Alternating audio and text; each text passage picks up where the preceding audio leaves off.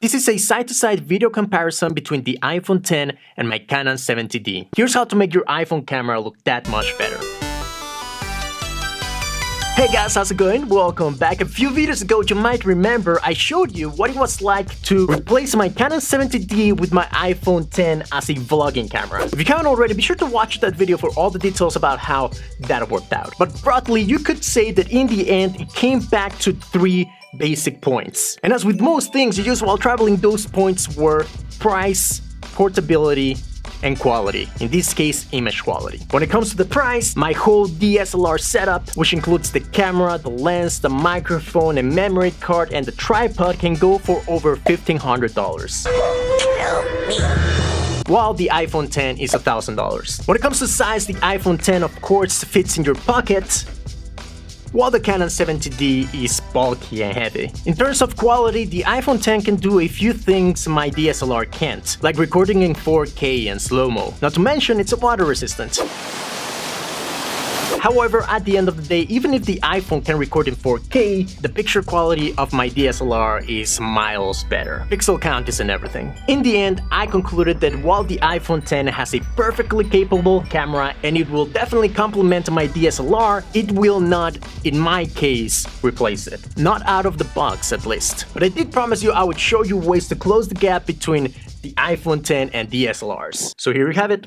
One of those ways, a Moment lens. This is an 18mm wide-angle lens by Moment, and it costs $100. But of course, to mount the lens to the phone, you need a Moment photo case. In my case, it's an iPhone X case, but they make cases for other iPhones, for the Pixel, for Galaxy phones. The case costs $30, so that's $130 to get you started. It's still 10 times less than a DSLR kit. So let's check it out.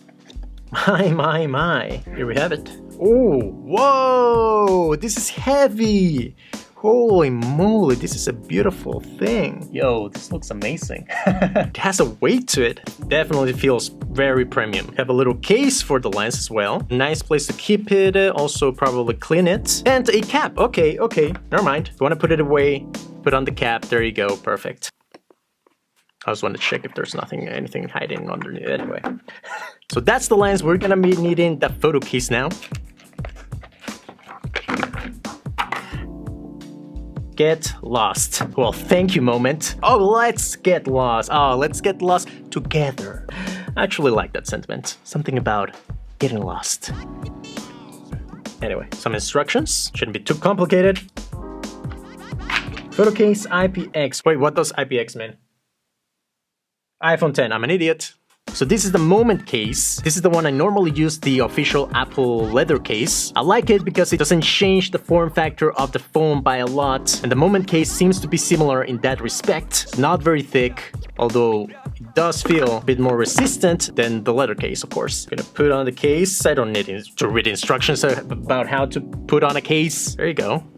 Ooh.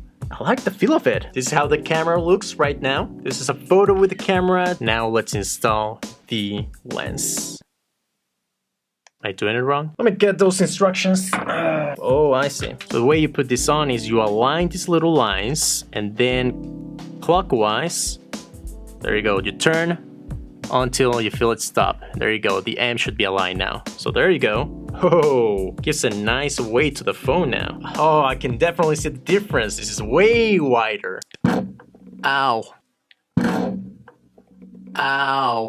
Oh. Got my Manfrotto iPhone tripod. There you go. That's all you need. Just in a tripod like this, it also gives you a bit more space. And it's still pretty small and light. And you can set up a shot, a time-lapse perhaps. This Manfrotto tripod, it's like $18. So in total, the case, the lens, the tripod, it's about $150. Even with the cell phone, depending on what model you get, if you get the basic one, it would be like $1,150 versus $1,500. Of course, the phone can do a bunch of other things. These can still fit in your pocket, like so. You can even throw this in the same pocket. You don't even need two pockets. Just have this handy. Yo,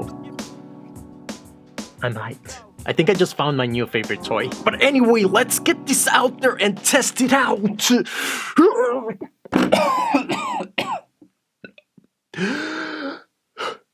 do it. Before we bring the Canon 70D into this, I thought I'd show you a little bit of footage of the iPhone 10 by itself. All video from the iPhone 10 is being recorded at 4K, but because the Canon is a 1080p camera and most of the video was filmed with that camera, the video you're watching has been exported at 1080p. Having said that, even if that wasn't the case, I might have still exported the video at 1080p or more likely 1440p. Because with the moment lens, I have the flexibility to apply some stabilization on post, which crops in the picture a little bit and still enjoy a very wide image. Here's a video with stabilization, and here it is without it. Having said that, I should note that software stabilization is no wizardry and will only work properly with your least shaky footage. Crops and software will not replace a proper gimbal. Here I was using the Moment app video stabilization. I don't recommend. So here we have it, a side-to-side comparison between the iPhone 10 and my DSLR. I have to say, at times I feel the iPhone 10 looks better. Now you might notice more vibrant colors from the iPhone, but all footage from the 10 and the Canon has been color graded, so that might have to do more with my limited color grading abilities. Here's a sample footage with no color grade. Still, the light from this overcast day was the best case scenario for the iPhone 10. There's plenty of light, but it's all perfectly diffused. You saw how the iPhone 10 behaved when I took it to the beach. It wasn't the best. And for vlogging, that focal point of the iPhone 10 cameras is just too narrow. This Moment lens really makes it work. I think I'm falling in love.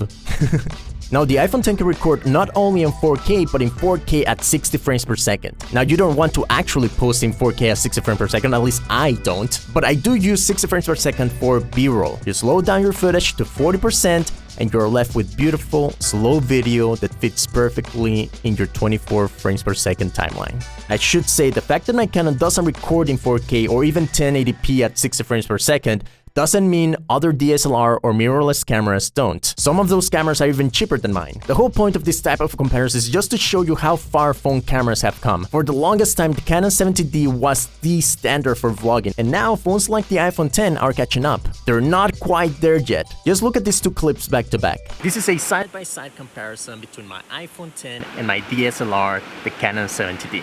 And this is with the most generous of lighting scenarios. In low light or even high light, the differences are much greater. As much as I tried, I never could get the iPhone to look good with my studio lights. But as I plan my 2-week trip to Japan, I do wonder if I can afford to leave my DSLR behind. Not burden myself with that extra weight as to better immerse myself in the experience. I don't think I'm ready to do that just yet. However, if I just were to add one more element to my iPhone 10 video setup, maybe then I would be ready. So be sure to subscribe and hit the bell to be notified when I add DJI's Osmo 2 to my setup. Will the gimbal be enough to get it over the line? Tune in next time to find out. For now, I'll see you in the next one.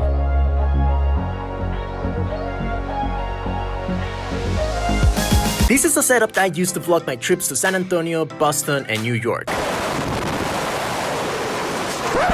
Yep, that's me.